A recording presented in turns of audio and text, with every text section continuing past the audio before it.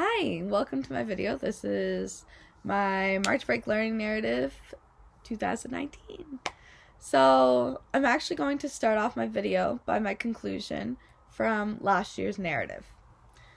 So it states, if I can, At the beginning of this process, I was completely overwhelmed and scared. And now I look back at this March break mania, and it was by far the best learning experience I have ever witnessed. I already am thinking of new ideas for next year and aiming to be coordinator. Even though there was a lot of things I struggle with, I have learned there is always room for improvement. By the time Friday hit, I felt like a whole new person in this field and very ready to learn more in being a child and youth care worker. So, based on that, number one, I was coordinator.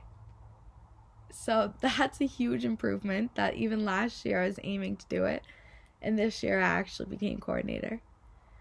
And that even now I still gain so many skills from this March break camp, and I was able to use past experiences in past March break camp to make this one so much more efficient and meaningful.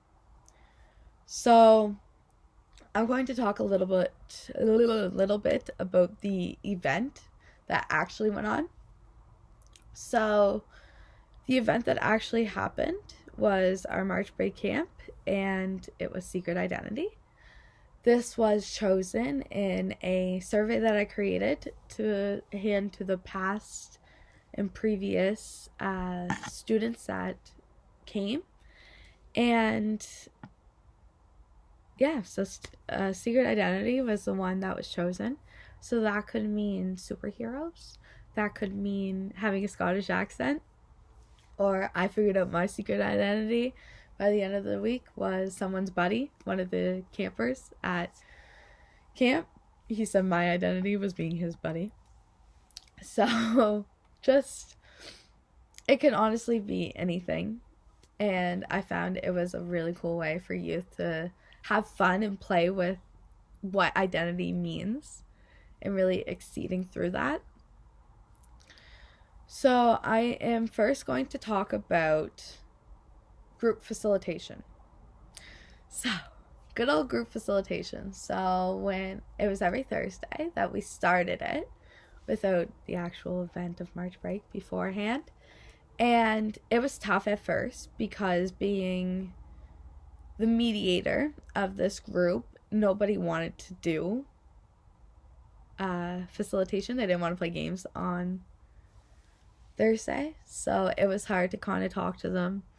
But eventually, Haley Mills and I put down strict rules, like you can't come past 9 and 8, and multiple things. 9, it was 9, and multiple things like that.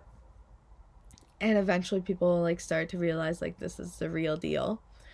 And I found we were able to help critique little things that they were doing just to help them make their facilitation much more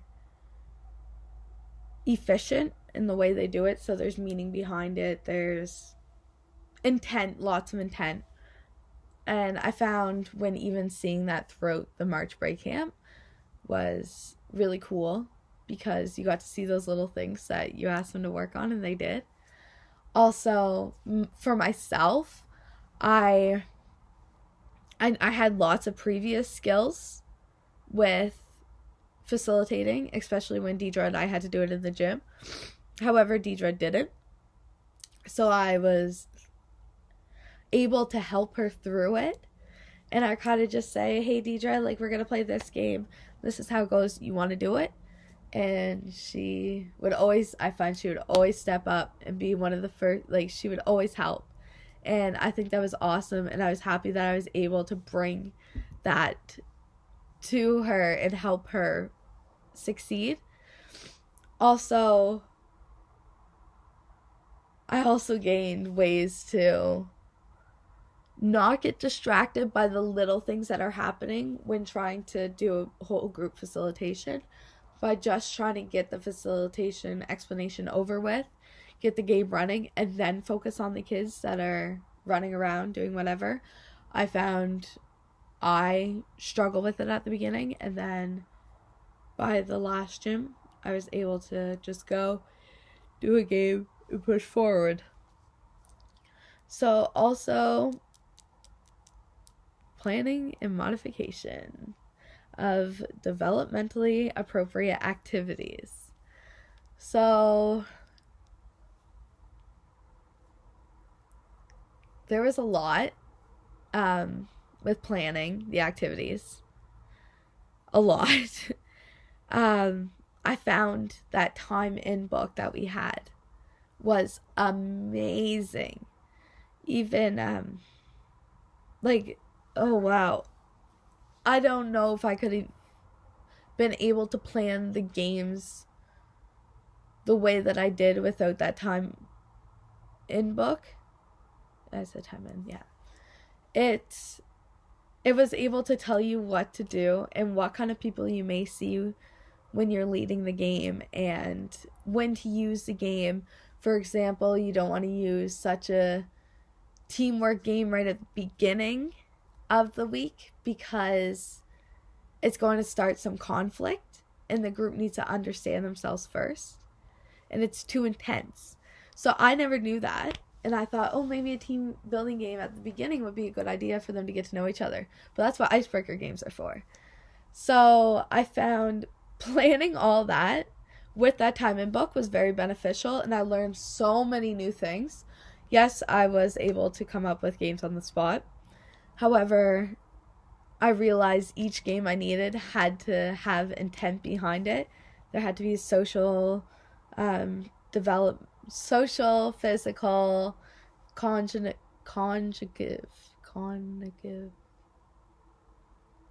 etc. So there's really a lot behind it, and I found that was super important because, I mean, you had kids that didn't even really want to participate. And I know I'm thinking especially in Kim and Jess' group, they had someone who really didn't want to do anything. And then by using the skills that they had with the time in book and when to play what game when, eventually that child or the youth started participating. So I found that amazing. Just by how the events were planned and the ways that I played this game because I did this game because. And I'm thinking back to the gym where we would play Sandman or Wink Murder as a transition game, because if you didn't get that transition game, then the youth, it'd be very hard to even transition them to the gym, to the school. And I wouldn't have even thought about it. I would just ran so they were tired to go back to the school. But having that transition game to calm down and self-regulate was, I find, very, very important.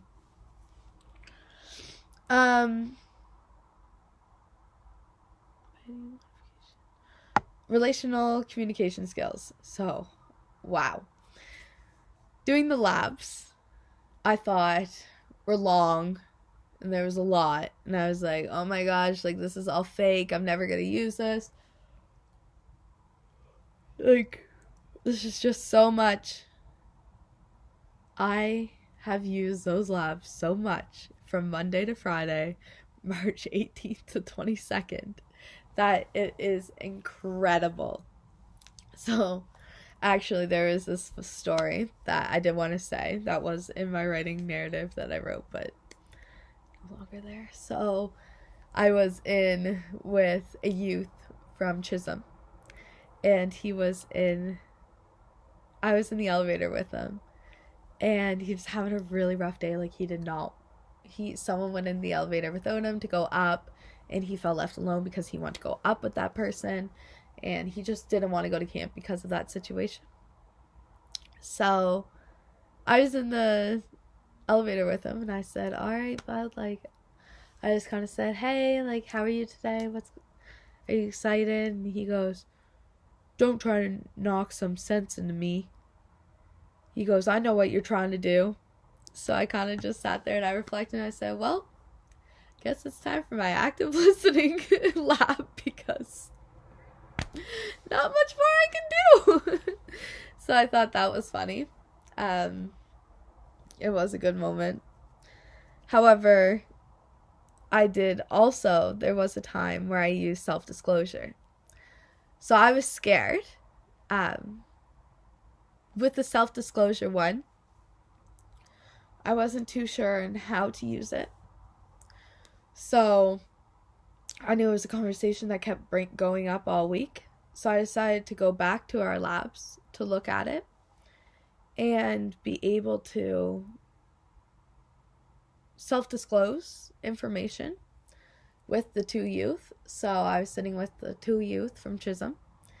And as again, our normal conversations about anxiety came up, as they have been since Monday, Tuesday, Wednesday, Thursday. So it was Thursday, and they started talking about medication and stuff. And I just kind of said, like, hey, there's ways. Actually, they said that weed is beneficial. So I kind of just said, hey, there's like multiple different ways to cope. And they were looking at me and they're like, you don't know those ways, like, you don't have anxiety, you don't understand. And I'd say, like, well, I know I've tried those myself. And I use them in situations where I get anxious. And I would use it in situations where I needed extra support. And that way, it was kind of a self-disclosure without fully saying I have anxiety, but backing up that I knew those coping skills worked for me.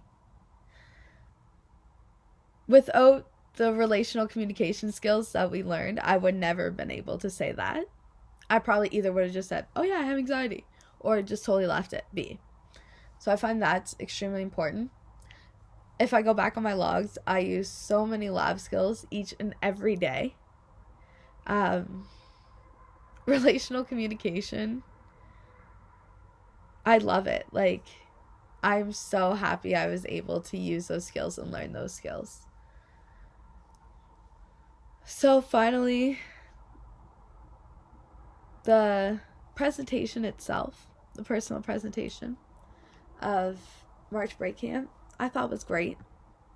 There were some hiccups in the schedule and some hiccups along with the snacks, but it's in the past now. There's room for improvement. I wrote a document, actually, for the next coordinator on ways to improve, and what to do, when to do it, as I learned there's a lot of things that need to be done way beforehand. But overall, the professional presentation was good. I did feel a little targeted one day, Thursday, as everyone was coming at me, debrief, and it was really making me upset because they were personalizing it more than they were just giving constructive criticism. So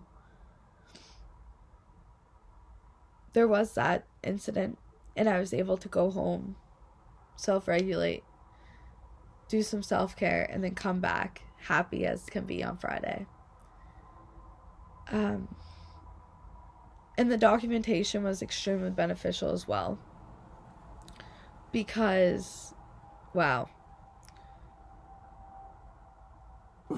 even from last year, I learned to do a lot from March Break Camp with how to do documentation, and now adding all those extra little parts in was important, and I was able to actually learn how to write it, because I know last year it didn't really make sense when I wrote it, because I never reread it, and then this year I was taught to reread what I did out loud, and I found that was extremely beneficial.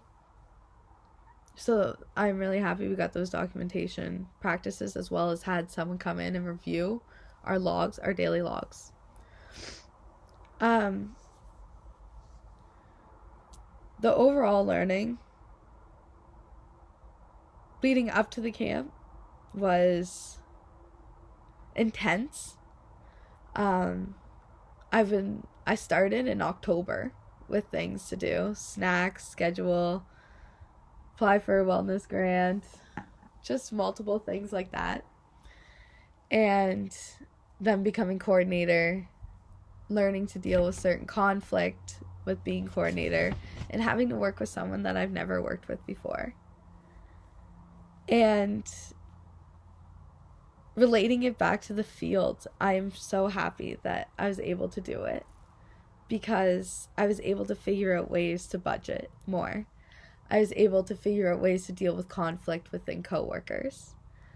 I was able to deal with stress going on at home, and then going to camp and doing it for the youth and knowing the beliefs and values was extremely something that I was very thankful for. Finally, my philosophy of practice. Wow. So at the Daily Life Events training, I got into conversation with what is love? How do you add love to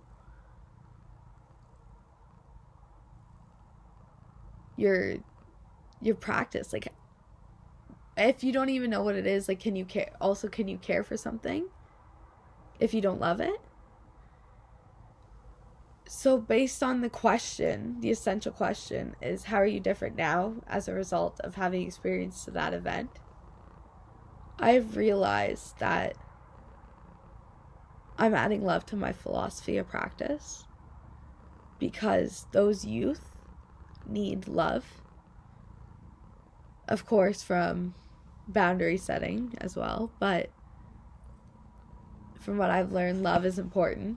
And love, I finally figured out that when I was with those two boys, that they need that person to be there for them.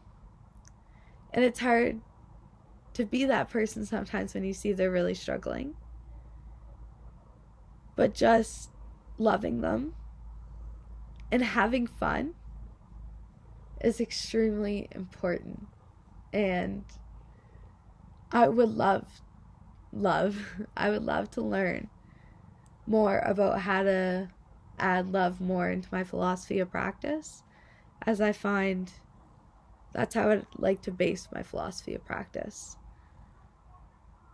So there's more things I need to work on. However, I am different with figuring out more about my philosophy and more about conflict, I think. So that is my learning narrative. And I'm going to end it on a good note without crying, because this is my 7th time trying to do this without crying. I'm very happy I had this experience. Thank you.